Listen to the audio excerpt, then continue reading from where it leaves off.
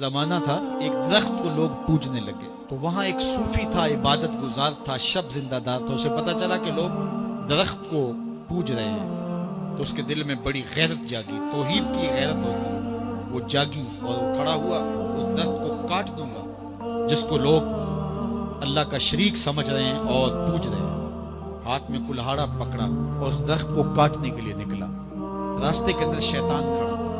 اس نے کہا میں تو نہیں جانے دوں گا، اور شیطان نے راستہ روکا. اس نے پٹک کے شیطان کو زمین پہ مارا اور اس کی چھاتی پہ بیٹھ گیا. شیطان بہت مکار ہے اور وہ ہر ایک کو ایک طریقے سے نہیں لوٹتا. اس کے بڑے مکر و فریب اور تجل و تلبیسات ہیں.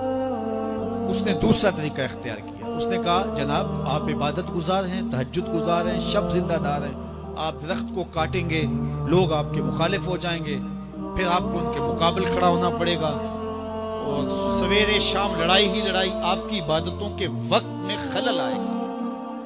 تو آپ نے ان کی قبر میں تھوڑا جانا ہے، آپ کی قبر اپنی ہے، ان کی قبر اپنی ہے، آپ چھوڑیے ان کو.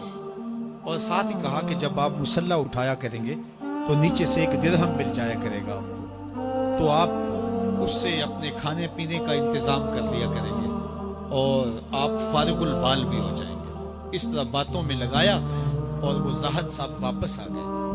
نماز پڑھی، مصلی اٹھایا، درہم ملا، بڑے خوش ہوئے اور دلیلیں تراشنے لگے. واقعی مجھے کیا لگے، تمہیں غیر سے کیا، تم اپنی نبیڑو، تم اپنی قبر میں جانا ہے، جائیں وہ بھاڑ میں، مجھے کیا لگے، مجھے ان کے بارے میں کیا پوچھا جانا ہے. نمازیں پڑھتا ہے، ہر نماز کے بعد مصلی اٹھاتا ہے تو ایک درہم ملتا ہے. کافی دن گزر گیا، دل بھی آہستہ آہستہ مردہ ہو گیا. ایک دن مصلی اٹھایا تو کوئی درہم نہیں نکلا.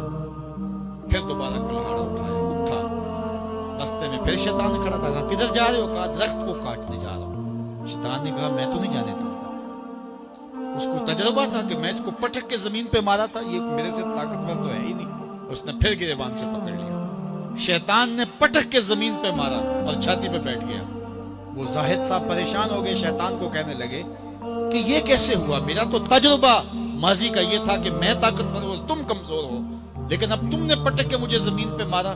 تو کہا صاحب اس دن تم اللہ کی رضا کے لیے جا رہے تھے، آج تم درہم کے لیے جا رہے ہو. تو جب عمل میں خلوص نہیں رہتا تو پھر عمل نہیں رہتا، عمل میں قوت نہیں رہتی، پھر سجدے بے روح ہو جاتے ہیں، نمازیں بے ذوق ہو جاتی ہیں، صفیں کج دل پریشان، سجدے بے ذوق کہ وہ جذبے اندروں باقی نہیں.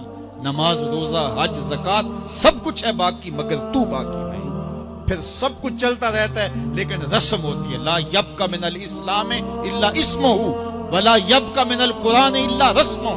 پھر قرآن پڑھا جاتا ہے، رسم ہوتا ہے. قرآن دل کو پھر نہیں بدلتا، اس لیے کہ رسم ادا ہو رہی ہوتی ہے. جب رسم ادا ہو رہی ہو تو پھر قرآن دل کو نہیں بدلتا. جب قرآن کے طور پہ پڑھا جا رہا ہو پھر یہ دلوں میں رنگ اتارتا ہے اور معرفت کا نور دیتا ہے اور دلوں کے زنگ اتارتا ہے.